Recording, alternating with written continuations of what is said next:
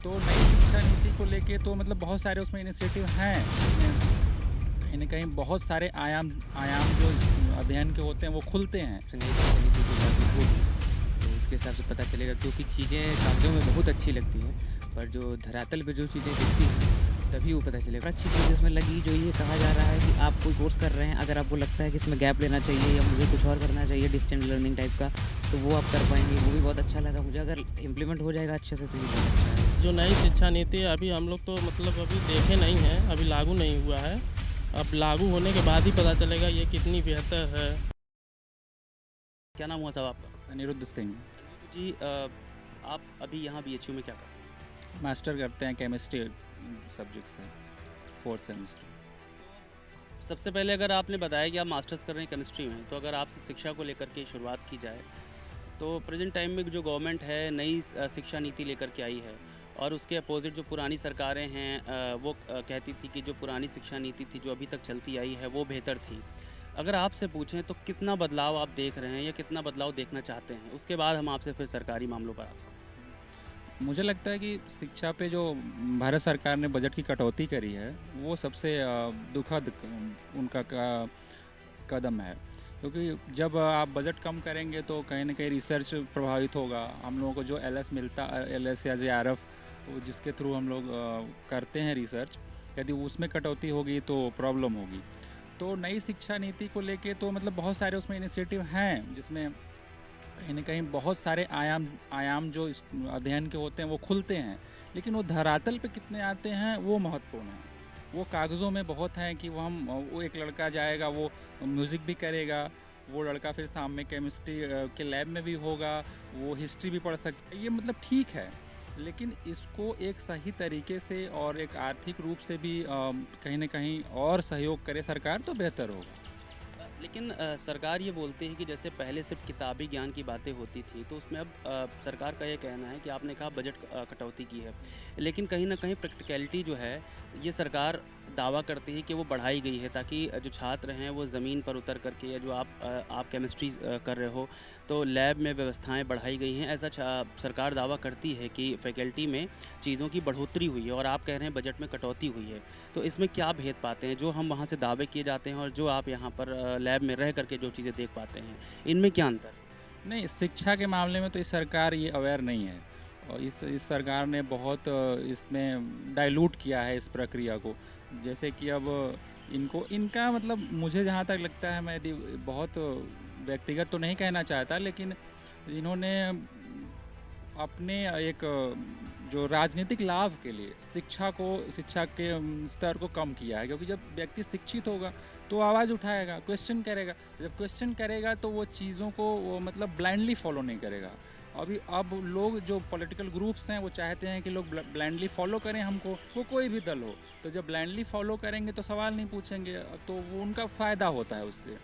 तो ये यदि शिक्षा को बढ़ावा देंगे तो वो कहीं ना कहीं पॉलिटिकल रूप से जो जिस तरह की पॉलिटिक्स करते हैं, जैसे सांप्रदायिक और उन्माद की भी कह सकते हैं, तो उसमें उनका फ़ायदा होता है, इसलिए वो इस तरह की बातें करते हैं। इस बात पे आपसे चर्चा करेंगे, बस 1 मिनट और रुकिएगा। क्या नाम हुआ आपका? तो विपुल शिक्षा। अच्छा, अगर नई शिक्षा नीति के बारे में आपसे बात करें, अभी के जो छात्र हैं वो कई यूनिवर्सिटीज़ हो गई, जैसे बीएचयू हो गया या फिर जेएनयू हो गया जो या फिर एएमयू हो गया, इन यूनिवर्सिटीज़ से आवाज़ उठती है कि फ़ीस में बढ़ोतरी की गई है, जो हॉस्टल हैं उसमें बढ़ोतरी की गई है और ये सब कहीं न कहीं नई शिक्षा नीति के दायरे में आता है ना? कुछ जो पाठ्यक्रम है वो हटाया गया है पहले से, कुछ नया जोड़ा गया है। अगर इन चीज़ों को लेकर के आपसे बातचीत करें कि आपको क्या लगता है कि पहले से अब कितना बेहतर है या जो पुरानी शिक्षा नीति अभी तक चलती आई थी वो ज़्यादा बेहतर थी? क्या कुछ ऐसी चीज़ें हैं जो पहले नहीं मिलती थी या जिनको गलत ढंग से पढ़ाया जा रहा था? तो अगर 2024 में जब भी तक ऐसा लग रहा है कि 2024 में जो नए एडमिशन होंगे उसके हिसाब से नई शिक्षा नीति जो लागू होगी तो उसके हिसाब से पता चलेगा, क्योंकि चीज़ें कागज़ों में बहुत अच्छी लगती हैं, पर जो धरातल पे जो चीज़ें दिखती हैं तभी वो पता चलेगा। और बीएचयू में छात्रावास की तो कमी है अभी भी, मतलब ये एशिया का शायद सबसे मोस्ट जो सबसे ज़्यादा छात्र बीएचयू में रहते हैं, पर अभी भी सबको हॉस्टल नहीं मिलता है, तो ये छात्रावास की दिक्कत तो है। और फीस बढ़ोतरी तो लगातार की जा रही है, इस पर थोड़ा रोक लगाना चाहिए। क्या नाम हुआ आपका? शुभम तिवारी। शुभम जी, अगर आपसे भी यही सवाल पलट के किया जाए कि शिक्षा के मामले में किस तरह से पहले से अब बेहतर हुआ है, या अभी आप क्या कर रहे हैं? मैं बीएससी थर्ड ईयर में हूँ। थर्ड ईयर, मतलब सीनियर हैं आप भी बीएससी के मामले में। और अगर आपसे कहें कि पहले क्या सुधार थे, अब क्या, यानी कि अगर मैं अंदाज़ा लगा पाऊँ तो आपने 10वीं 2014 में की? नहीं 18 में की। तो फिर पहले से क्या सुधार दिख रहा है, या पहले से और बदतर हुई हैं चीज़ें या बेहतर हुई हैं? नहीं, पहले से सुधार अभी तो नहीं आया क्योंकि लागू नहीं हुआ है, लेकिन मैं नए शिक्षा नीति को लेके बहुत एक्साइटेड हूँ। जिस तरीके से कहा जा रहा है कि जो भी थ्योरेटिकल चीज़ है उसको प्रैक्टिकली कराया जाएगा। जैसे मैं स्टैटिस्टिक्स का स्टूडेंट हूँ तो प्रैक्टिकल का बहुत इंपॉर्टेंस है हमारे सब्जेक्ट में, ठीक है ना। उसको और ज़्यादा अगर मोटिवेशन मिलेगा स्टूडेंट को तो अच्छा लगेगा। और बहुत सारी ऐसी चीज़ें हैं जो हमको लगता था, जैसे हम लोग पढ़ते थे क्लास 10th में, आपने बात किया 12th में, तो ऐसी बहुत सारी चीज़ें हम लोग पढ़ते थे जिनका अगर प्रैक्टिकल हो जाए तो कहीं ना कहीं और अच्छे से हम उसको डील कर पाएंगे। और एक और अच्छी चीज़ इसमें लगी, जो ये कहा जा रहा है कि आप कोई कोर्स कर रहे हैं, अगर आपको लगता है कि इसमें गैप लेना चाहिए या मुझे कुछ और करना चाहिए डिस्टेंट लर्निंग टाइप का, तो वो आप कर पाएंगे। वो भी बहुत अच्छा लगा मुझे। अगर इम्प्लीमेंट हो जाएगा अच्छे से तो ये बहुत अच्छा है।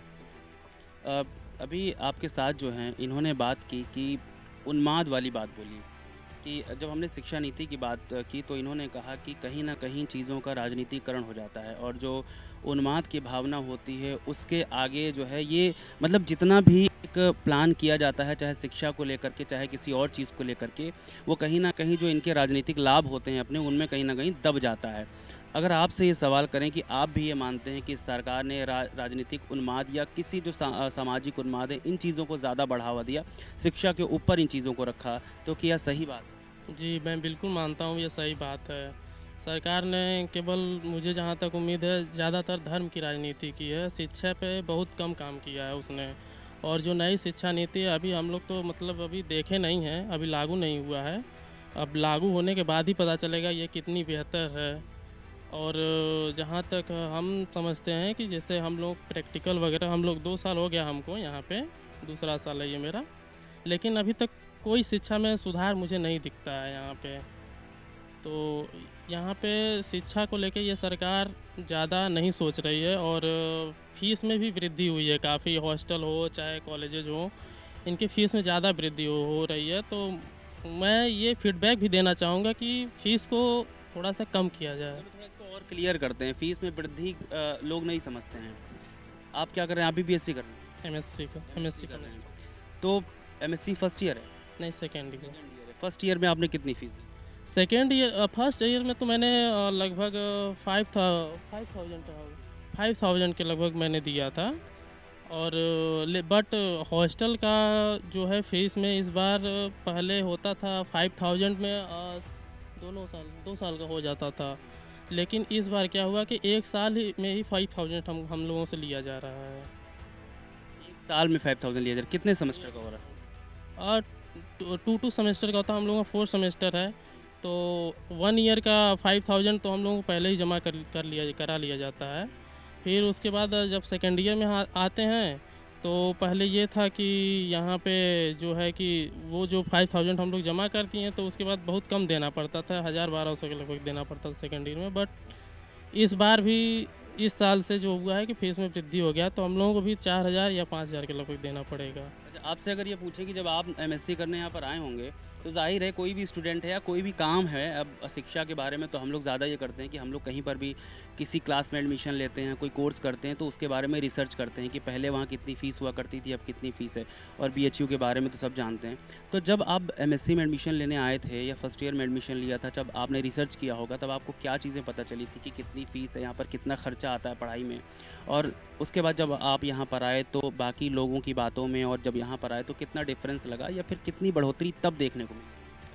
नहीं, दरअसल बहुत ज़्यादा फ़ीसें तो नहीं मैंने वो देखी हैं, लेकिन बट इस बार से थोड़ा सा मुझे लग रहा है कि मतलब जो पहले थोड़ी फ़ीस कम हुआ करती थी वो अब ज़्यादा हो गई है, यही डिफरेंस है। और शिक्षा के मामले में तो वही है, पिछले साल जो था वही है।